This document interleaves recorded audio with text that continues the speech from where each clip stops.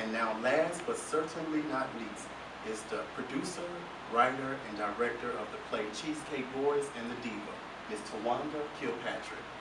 How are you? I'm great, how are you? I'm doing wonderful. How are you feeling? Because we only are what, 5 days away? 5 days away. I'm feeling great. And why you say that? Just the last week, all of the stuff, you know, the last minute things pulling together. I mean, it's exciting. You know, when I say crazy, I don't mean crazy like I wouldn't want to do it. It's exciting. I'm excited about, you know, where we're going with this production. All right. And is this your first time doing something like this on this magnitude, or? No. Actually, this is probably one of the smaller venues that I've played in. This is my third production. I've had two before this, Can Hoochie Become First Lady and Mama, I'm Your Child. Oh, wow. Okay. Yes. Well, I've prepared a couple of questions for you, and let's get into it. Okay. All right. My first question is, what is the connection between each cast member that makes the perfect combination for your musical production? Each cast member as in them as the cast, not their own personalities. Or more so, when you were choosing the character, say for instance, if you picked Tony Terry first, what about Tony Terry made him connect with maybe the diva when you chose her? Because you know there has to be a mesh in order for it to come across good. Yeah. Tony Terry being a national recording artist, the singer, he comes in, he plays the role as the producer. And the producer skills that he had to add to the diva just kind of went together because he can give her directions, you know, as in singing and dancing, because that's her whole thing is she's trying to make it to Paris. Okay. And another question is, who are the cast members and how do we identify with them? Like, we've kind of met them already, so you don't have to answer that first part. But how can we, as someone who's sitting in the audience, identify with them? What did you, when you were making these characters, what characteristics did you want to give them so that the audience can identify themselves with them? Well, I have some unique girlfriends. And so what I did is I interviewed my girlfriends when they didn't know I was interviewing them. And I took a little bit of what they say and do and a little bit of myself, and I built these characters. And I wanted to make sure it was characters that everybody can deal with. Everybody have a friend, like, oh, I have a friend like that, or I know somebody like that. So I wanted to make it really real, but fun. Okay. And I remember speaking off camera, you made mention that this wasn't just a play, but it was more of a musical, yes. Correct? Yes. And with so many musical productions in the making or have already been made, what makes this particular musical production award-winning or different from the others? Well, not taking anything from what someone else has done, this is my first musical dramedy. So for that alone with me, this is a different piece, a unique piece that I'm doing. And I think it's something that we're taking ingredients that people have in their cupboard, in their refrigerator, in their closet, the back of their closet, behind the shoebox, that they can actually use.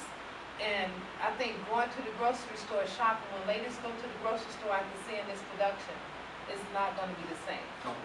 Because it's that type of musical that you can just go like, I got that in my purse, let me pull that out. So, you know, that's the fun of this musical. Okay. And I noticed that the diva is, again, surrounded by a lot of male characters. Yes. What make a man comfortable with his sexuality to be the perfect friend for a woman? Well, the diva is, she's almost like Alice in Wonderland. She takes her little way about her.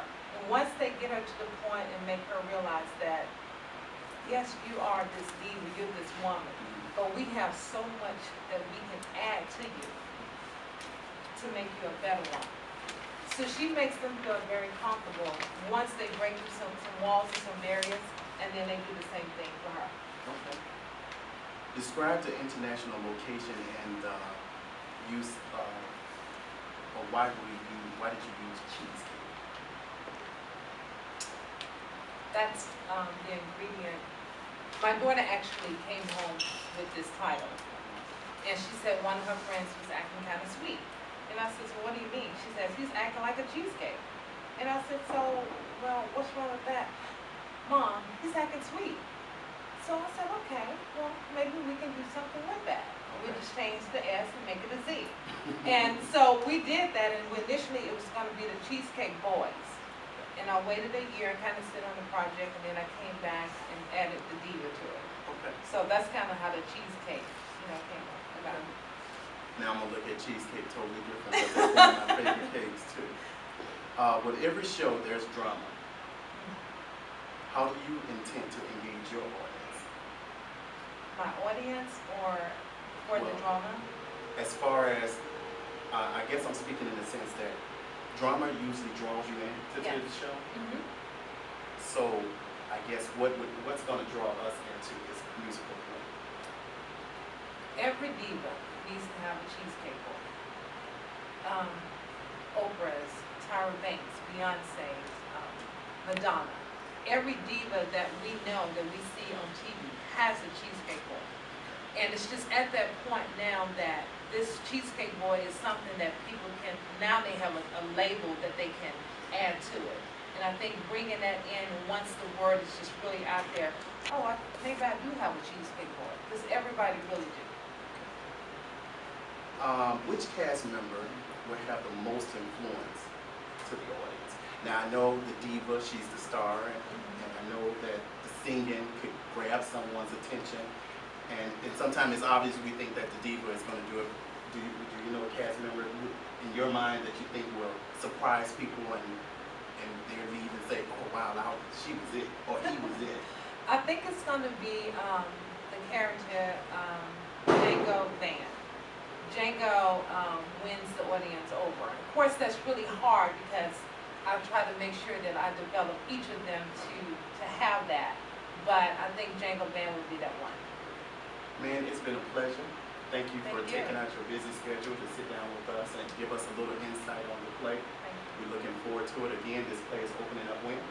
September 3rd and 4th at the 14th Street Playhouse. We have 4 shows, 2 o'clock and 7 o'clock. And you can get your tickets at www.14thstreetplayhouse.org. Great. Thank you so much. We Thank wish you. you much success. And that's going to do it for us.